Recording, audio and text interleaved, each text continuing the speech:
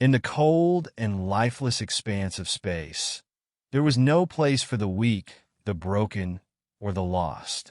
And yet, there was one place where they all came together: the scrap yards of the galaxy.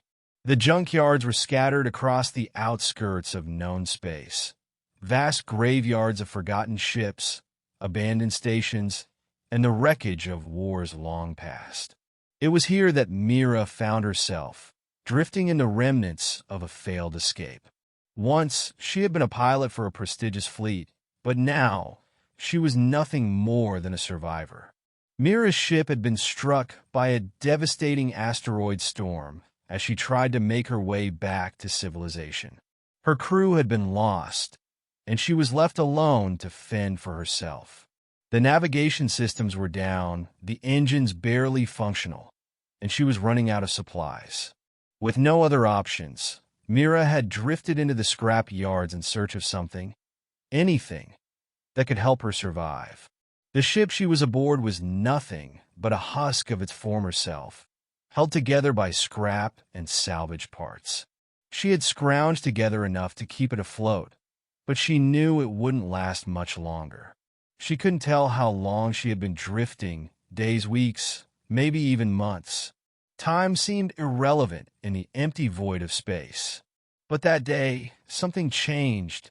As Mira was examining the debris around her, something caught her eye. It was an old vessel, half buried in the wreckage. Its hull was scarred, its engines long since burned out, but there was something about it that felt alive. It wasn't like the other broken ships she had come across. This one seemed to have a presence, as though it was waiting for her. With nothing else to lose, Mira docked her ship next to the wreck and boarded the strange vessel. As soon as she stepped onto the ship's deck, a strange hum filled the air, low and resonant. It wasn't the hum of a broken engine or a malfunctioning system. It was something else entirely, as though the ship itself had a heartbeat. "Hello," Mira called, her voice breaking the eerie silence. "Is anyone here?" There was no answer, just a constant hum that seemed to pulse through the ship's walls. As Mira moved deeper into the vessel, she discovered that it wasn't entirely abandoned. The walls were adorned with intricate alien markings, symbols she didn't recognize. The ship's interior was lined with alien technology, strange devices that seemed to hum with a quiet energy. As she continued to explore, Mira came across a control room, its doors cracked open as if waiting for her. Inside, the room was dimly lit, and in the center of it all was a strange, holographic interface. The display flickered to life as she approached, and the holograms began to shift and move, revealing data and schematics that seemed to come from another time, another place. Mira's eyes widened as she realized what she was looking at. A galactic map, but not just any map. This was a map of a hidden network of planets, systems, and stations scattered throughout the galaxy. And at the heart of it all was a secret that had been buried for centuries. Before Mira could process what she was seeing, a sudden jolt ran through the ship. The humming noise grew louder, and the ship seemed to come to life. Lights flickered, and the ship's systems began to reboot. The vessel wasn't just a broken relic. It was functioning, adapting, and more importantly, it was recognizing her presence. "What is this place?" Mira whispered, feeling both awe and fear rise in her chest. Then the ship spoke, not through speakers, but in her mind, a voice that was both familiar and foreign. "Mira, pilot of the lost ship, I am the Nautilus, the last of an ancient fleet. You have awakened me, and I am now bound to you." The voice was calm, almost soothing, and yet there was an authority to it. It felt as though the ship itself was alive, conscious. You're alive?"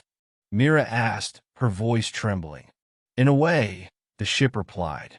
"I have been dormant for centuries, awaiting a worthy pilot to uncover the truth of the galaxy's past. You are the one who has unlocked the key to our future." Mira's mind raced.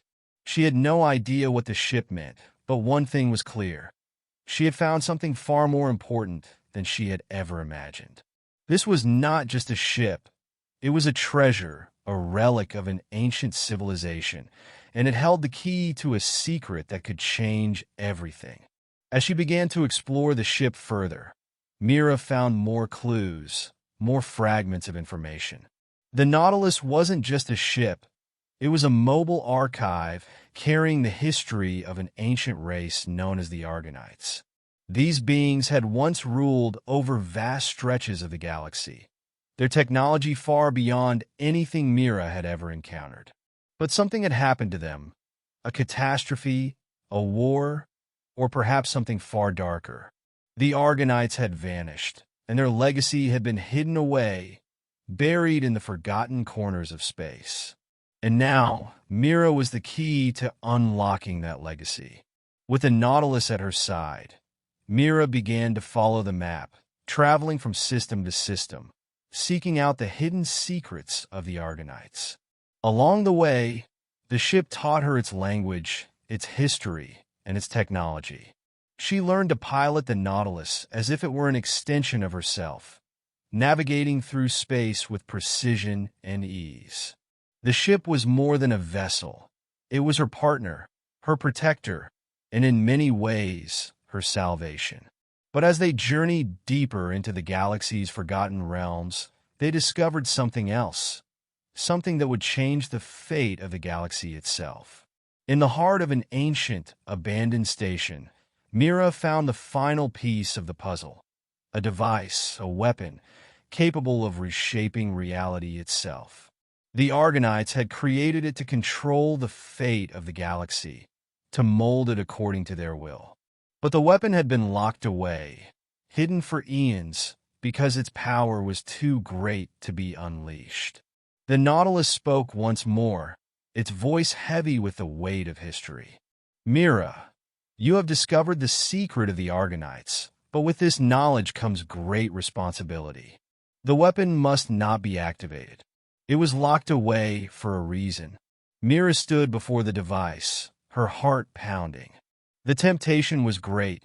She could wield this power, change the galaxy, reshape the universe in her image. But she remembered the war, the destruction that had already ravaged the galaxy. She had lost everything once. She couldn't risk that again. I won't activate it, she said, her voice firm. This power is too dangerous. The galaxy doesn't need more destruction. It needs healing. The ship hummed softly in approval. You have made the right choice, Mira. You are the protector now, the guardian of the galaxy's future. With that decision, Mira knew her purpose. She was no longer a lost soul wandering through space. She was the keeper of the Argonauts' legacy, a protector of the galaxy's secrets. And with the Nautilus at her side, she would ensure that the galaxy's future would not be shaped by power, but by hope. Together, they traveled on, uncovering the lost histories of the universe, but always guarding the secret that could destroy them all. The Nautilus and Mira, bound by fate, would protect the galaxy, for it was not in the hands of the powerful, but in the hearts of those who chose to safeguard it.